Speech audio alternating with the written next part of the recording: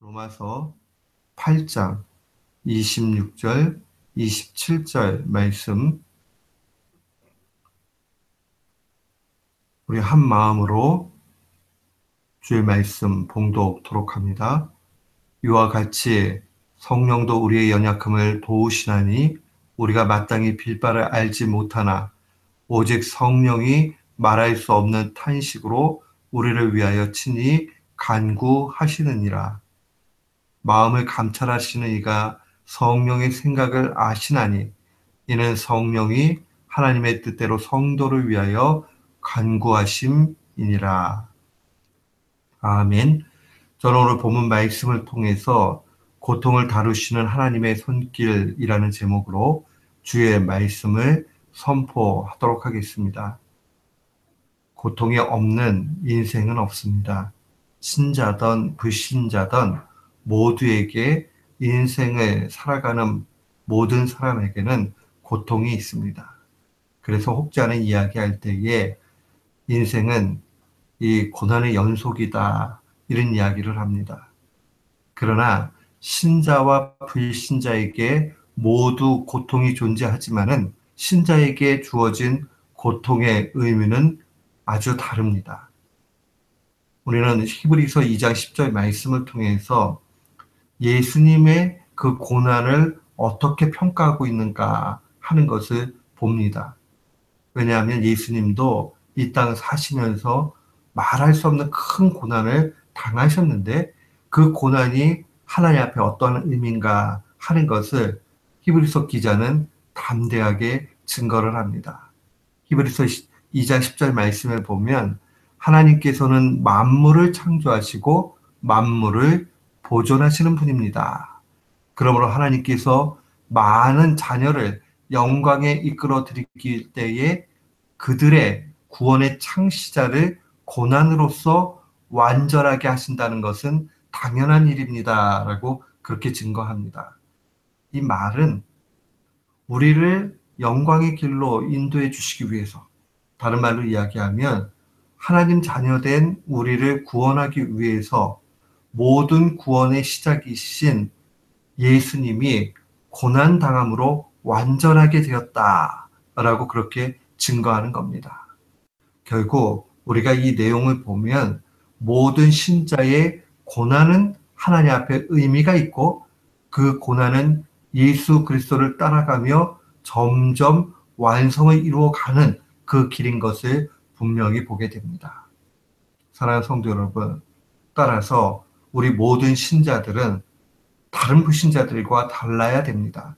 고난 당할 때마다 아하, 이게 하나님께서 의미 가운데 완전하게 인도해 가시는 길이구나 하고 그렇게 깨달아야 됩니다. 우리는 하나님의 말씀 많은 곳곳에서 고난에 대한 그러한 위로를 받습니다.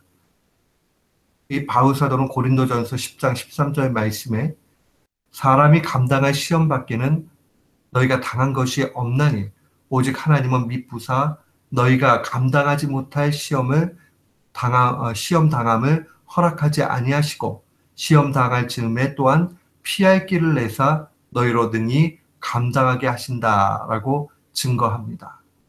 사람이 감당할 시험 밖에는 당한 것이 없다. 하나님은 신실하기 때문에 감당 못할 시험 주시지 않고 당할 즈음에 피할 길 주신다. 이 말씀이 얼마나 큰 그러한 위로의 말씀입니까? 신자에게는 이기지 못할 시험이 없습니다. 고난을 이길 힘까지도 하나님이 주신다 하는 것을 분명히 기억해야 됩니다. 그러니 고난 당할 때마다 우리 중심에 기억해야 되는 것은 하나님이 이 큰 고난만큼이나 이길 힘까지 주시는구나 하고 그렇게 마음에 간직해야 됩니다.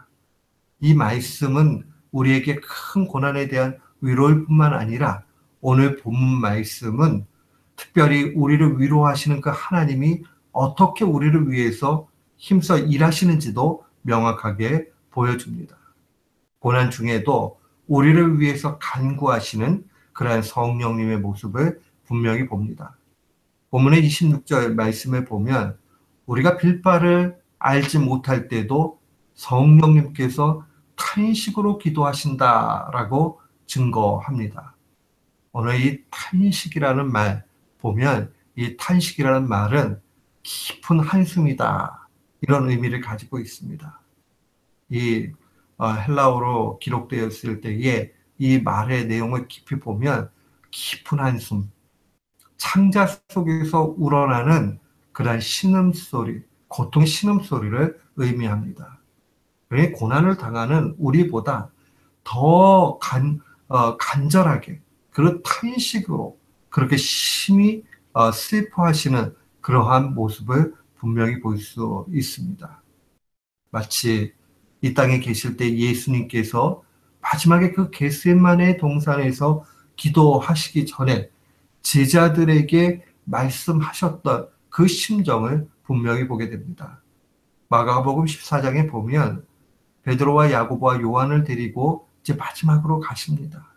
그리고 그 마가의 기록에 의하면 겟세마네 동산에 이르렀을 때에 놀라시며 슬퍼하사 말씀하시되 내 마음이 심히 고민하여 죽게 되었으니 너희는 여기 머물라 깨어있으라 라고 말씀하십니다.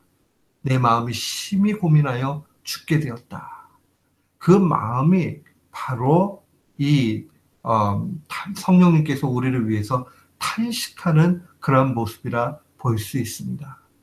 사랑하는 성도 여러분, 우리는 신앙생활 하는 가운데서 고난 만나지만은 그러한 고난 가운데서 자꾸 내가 너무 힘들게 살아간다, 그런 마음을 갖습니다. 그러나 그 힘든 그 일들을 우리가 이길 수 있는 그 어디에 있느냐? 결국 예수님께서 우리를 위해서 고난당하셨고 또한 성령님께서 우리를 위해서 우리의 그 고난의 크기보다도 더 큰 탄식을 하신다는 사실을 기억해야 됩니다. 우리 혼자가 아니고 분명히 성령님께서 간구하고 계시다 하는 것을 기억해야 됩니다. 이 성령님의 탄식의 영적인 유용성이 어디 있습니까?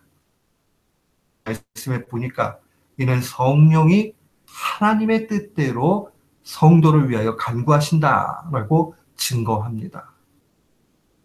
하나님 뜻대로 구하는 것은 실패가 없습니다. 보면 하나님의 마음과 일치해서 그 하나님의 뜻대로 그렇게 간구한다라고 증거합니다. 사랑하는 성도 여러분, 이 말씀이 얼마나 큰 위로를 주는지 모릅니다. 우리가 어떠한 가운데 놓여 있든지 간에 우리가 빌바를 알지 못하고 그저 얼어가지고 있을 때에도 이 성령님께서 하나님의 뜻을 아시고 하나님의 뜻에 맞춰서 우리를 위해 간구하신다는 겁니다. 사랑하는 성도 여러분, 너무너무 어처구니 없는 큰 고통을 만나게 되면 한마디도 하나님 앞에 이렇게 아뢰지 못할 일들이 있습니다. 그때에도 우리가 그저 주님을 바라보고 묵상하고 있을 때에 우리의 입술이 아무것도 구하지 못할지라도 성령님께서 우리를 위해서 하나님께 간구하신다 하는 것을 분명히 기억해야 됩니다. 사랑하는 성도 여러분, 우리가 고난 당할 때마다 묵상해야 되는 것이 있습니다. 그것은 바로 성령님께서 나를 위해서 하나님의 뜻에 맞춰서 지금도 간구하고 계신다는 그 사실입니다. 이 귀한 하나님의 말씀을 잊지 마시기 바랍니다. 오늘 하루도 살아갈 때에 하나님께 감사하면서 이 말씀을 마음에 새기면서 날마다 승리하는 귀한 교우들 되시기를 주님의 이름으로 축원합니다. 아멘.